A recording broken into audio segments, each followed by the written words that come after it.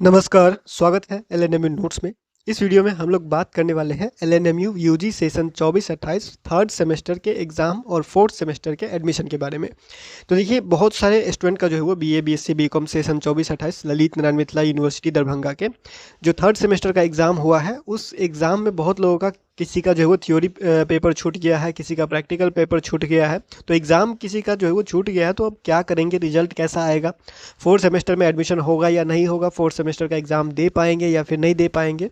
और किसी का थ्योरी छूट गया हो या फिर प्रैक्टिकल छूट गया है, तो क्या दोनों देना पड़ेगा या फिर एक ही पेपर देना पड़ेगा, इसके बारे में बात करेंगे। और जो सब्जेक्ट आपका चेंज होने वाला है फोर्थ सेमेस्टर में, उसको जो है वो थोड़ा सा जानकारी दे देते हैं, ताकि आप जब एडमिशन करवाने जाएँ तो ऐसा नहीं लगे कि ये एडमिशन में क्या अपडेट आ गया, ये ऐसा कुछ था नहीं थर्ड सेमेस्टर में, फोर्थ सेमेस्टर में चेंज कैसे हो गया। ठीक है, तो सबसे पहले हम लोग बात कर लेते हैं सेमेस्टर 3 का जो रिजल्ट आपका आएगा वो कैसा आएगा, और जिसका एग्ज़ाम नहीं दिया हुआ है, किसी का पेपर छूट गया है, तो उसका रिजल्ट कैसा रहेगा। ये सेशन 23 से 27 के थर्ड सेमेस्टर का रिजल्ट है। हम आपको एग्जाम्पल मार्कशीट दिखा रहे हैं ताकि आपको और आसानी से समझ में आए। ठीक है, तो देखिए, आपको पहले से पता है कि आप लोगों का जो एग्ज़ाम हुआ थर्ड सेमेस्टर में वो एमजेसी 3 का हुआ होगा, एमजेसी 4 का हुआ, फिर एमआईसी का हुआ, आईडीसी या फिर एमडीसी का हुआ होगा, एईसी का और एसईसी का हुआ होगा। ठीक है, बीएससी आप लोग का थर्ड सेमेस्टर में नहीं था। इतना क्लियर है। यहाँ पे देखिए, अब ये तो सबको पता है कि सारा एग्ज़ाम दिया हुआ है, सब एग्ज़ाम सब पेपर में पास होंगे तो रिजल्ट पास ही रहेगा। सीजीपीए एसजीपीए जो मिलना है वो मिलेगा, क्योंकि फर्स्ट सेमेस्टर का रिजल्ट सेकेंड सेमेस्टर का रिजल्ट तो आपने देखा ही है कैसे मिलता है। ठीक है, तो उसी तरह से आपको पास वाला रिजल्ट का तो कोई वो नहीं है, उसमें कोई डाउट नहीं है। ठीक है, अब यहाँ पे देखिए क्या है कि इसका रिजल्ट जो है वो जियोग्राफी, इसका एग्ज़ाम जो है वो एब्सेंट था, ये प्रैक्टिकल एग्ज़ाम नहीं दे पाया था। तो इसका जो एग्ज़ाम है, बाकी सारा पेपर में पास है, सारा पेपर में पास होने के बाद सिर्फ इसका ये प्रैक्टिकल छूट गया है, प्रैक्टिकल एग्ज़ाम छूट गया है, तो इसका रिजल्ट जो है वो प्रमोटेड हो गया है। और यहाँ पे लिख दिया गया है कि कौन से सब्जेक्ट का इसको फिर से एग्ज़ाम देना पड़ेगा। यहाँ पे लिखा हुआ है एमआईसी। ठीक है, यहाँ पे एमआईसी यानी ये जो एमआईसी में ज्योग्राफी रखा हुआ है, इस ज्योग्राफी का एग्ज़ाम उसको दोबारा देना पड़ेगा। और जब आप यहाँ पे किसी का प्रैक्टिकल एग्ज़ाम छूट गया, जो फाइनल एग्ज़ाम होता है प्रैक्टिकल का 70 नंबर का, ये आपको पता होगा, जिसके सब्जेक्ट में प्रैक्टिकल होता है उसको मालूम होगा 30 नंबर का कॉलेज में प्रैक्टिकल भी लेता है और 70 नंबर का प्रैक्टिकल भी होता है आप लोगों का, जो फाइनल एग्ज़ाम होता है उस टाइम। ठीक है, एक्सटर्नल एग्ज़ाम टाइम। तो ये वाला जो प्रैक्टिकल होता है रिजल्ट, ये एक्सटर्नल एग्ज़ाम का होता है। तो यहाँ पे अगर आपने एब्सेंट कर दिया है, ये पेपर पास नहीं हो पाया है, किसी कारण से छूट गया है एग्ज़ाम, तो आपको थ्योरी भी देना पड़ेगा और प्रैक्टिकल भी देना पड़ेगा।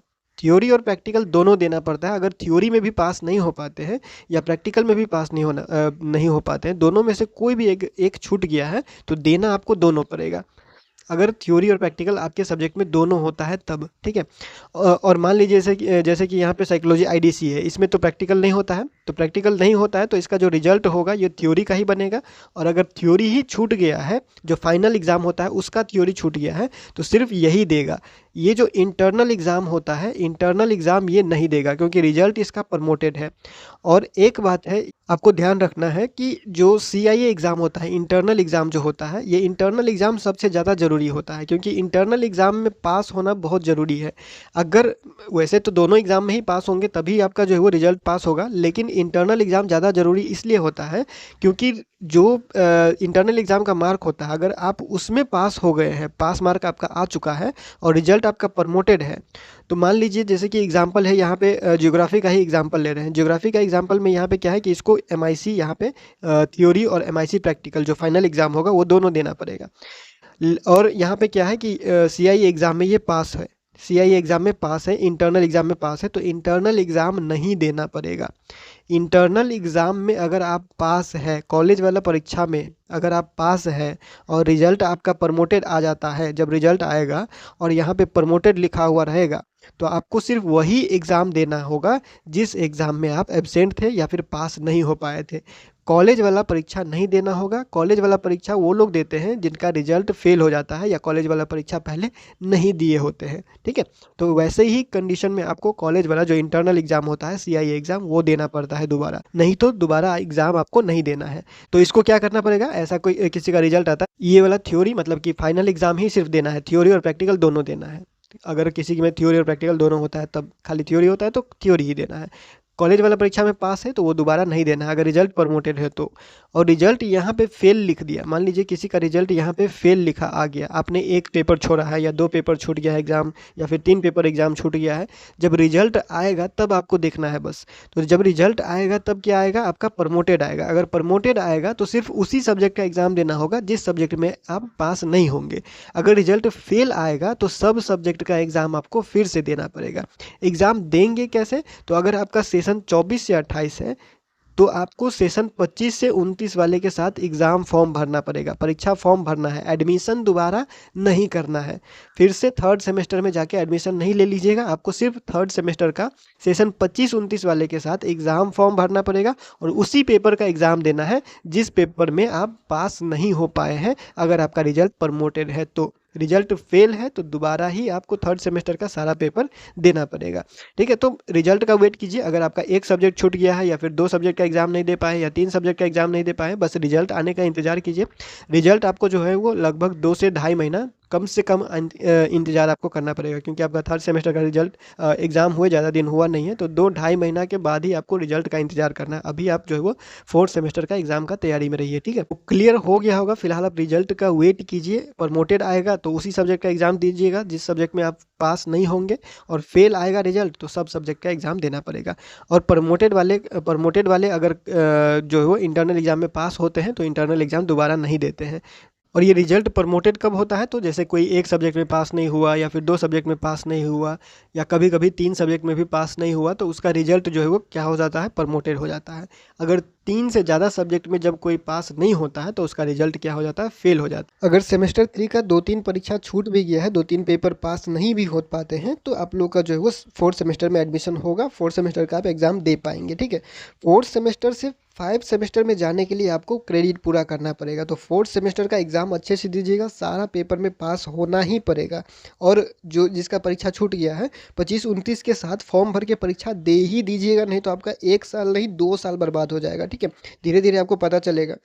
फिलहाल आप जो है वो फोर्थ सेमेस्टर पे ध्यान दीजिए, फोर्थ सेमेस्टर को सारा पेपर जो है वो पास होना ही है और फिफ्थ सेमेस्टर में आपका एग्जाम फॉर्म भरा जाएगा। अगर आपका क्रेडिट पूरा नहीं होता है तो आपका 6 महीना नहीं, साल भर नहीं, 1.5 से 2 साल बर्बाद हो सकता है। इसीलिए ध्यान से सारा एग्जाम दे दीजिएगा, फोर्थ सेमेस्टर का तैयारी में रहिए। अब आप लोग का जो फोर्थ सेमेस्टर होगा, थर्ड सेमेस्टर में क्या था, थर्ड सेमेस्टर में आपका एक मेजर सब्जेक्ट, दूसरा मेजर सब्जेक्ट, 2 मेजर हुआ, आपका ऑनर्स पेपर 2 है, माइनर पेपर 1 था, एमडीसी या फिर आईडीसी 1 था, उसके बाद एईसी 1 था, एसईसी 1 था।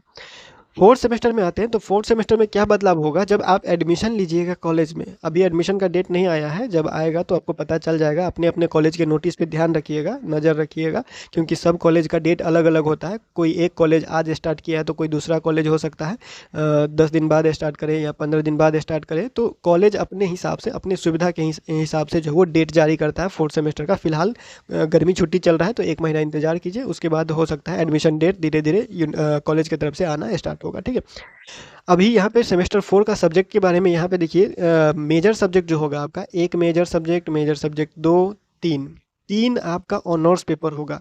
सेमेस्टर थर्ड में क्या था, 1 या 2 था। ठीक है, अब यहाँ पे क्या है, 1, 2, 3 हो गया है, 3 आपका ऑनर्स पेपर रहेगा। सिलेबस डाउनलोड कर लीजिएगा और देख लीजिएगा कि कौन कौन सा सब्जेक्ट है। एमजेसी 5 रहेगा, एमजेसी 6 रहेगा, एमजेसी 7 रहेगा। 3 हो गया आपका ऑनर्स का ही पेपर, ठीक है, मेजर का ही पेपर। फिर आपका एमआईसी हो गया एक, उसके बाद एईसी हो गया एक। फोर्थ सेमेस्टर में इस बार ना एसईसी पेपर रहेगा और ना वीएसी पेपर रहेगा। एसईसी और वीएसी इस बार नहीं रहेगा, एमडीसी भी नहीं रहेगा, एमडीसी या फिर आईडीसी भी नहीं रहेगा। ये 3 पेपर अब हट चुका है। फिर अगले सेमेस्टर में कुछ आ जाएगा, चला जाएगा। ठीक है, इसी तरह से क्या होगा, सेमेस्टर के हिसाब से आपका जो बाकी सब्जेक्ट है, मेजर और माइनर को छोड़ करके जो बाकी सब्जेक्ट है सब कुछ, वो थोड़ा बहुत कम ज़्यादा होगा और धीरे धीरे वो ख़त्म हो जाएगा। बाद में आपका सिर्फ मेजर और माइनर सब्जेक्ट ही बचेगा लास्ट क्लास तक, जब डिग्री लेने का टाइम आएगा तब तक। ठीक है, तो यहाँ पे क्या है, आप लोग को बस ये स्क्रीनशॉट लेना चाहते हैं तो स्क्रीनशॉट ले लीजिए, ताकि एडमिशन के समय आपको याद रहे, या फिर जब आप सिलेबस देखने या फिर एग्जाम की तैयारी के टाइम आएगा तो आपको पता रहे कि मेजर सब्जेक्ट जो है वो 3 पेपर होगा और 3 दिन एग्जाम होगा मेजर सब्जेक्ट का ही, और 1 दिन माइनर सब्जेक्ट का, 1 दिन एईसी का होगा। और एईसी में सब सब्जेक्ट एईसी में सभी सब्जेक्ट के स्टूडेंट को यही पेपर लेना है। एनसीसी ही है, यूनिवर्सिटी के द्वारा सब्जेक्ट फिक्स किया गया है। एनसीसी सभी के लिए ज़रूरी है और ये ही पेपर का एग्ज़ाम आपको देना होगा सेमेस्टर 4 में, ठीक है। चाहे बीए का कोई स्टूडेंट है, बीएससी का कोई स्टूडेंट है, बीकॉम का कोई स्टूडेंट है, कोई भी स्टूडेंट है, एईसी में सेमेस्टर 4 में एनसीसी ही रहेगा सबके लिए। इसी का एग्ज़ाम होगा, तो इसी का तैयारी आप कीजिएगा, ठीक है। और कोई डाउट होगा तो कमेंट कर दीजिएगा या फिर इंस्टाग्राम पे मैसेज कर सकते हैं। फिलहाल इस वीडियो में इतना ही, मिलते हैं अगले वीडियो में अगले अपडेट के साथ एलएनएम नोट्स के यूट्यूब चैनल पे।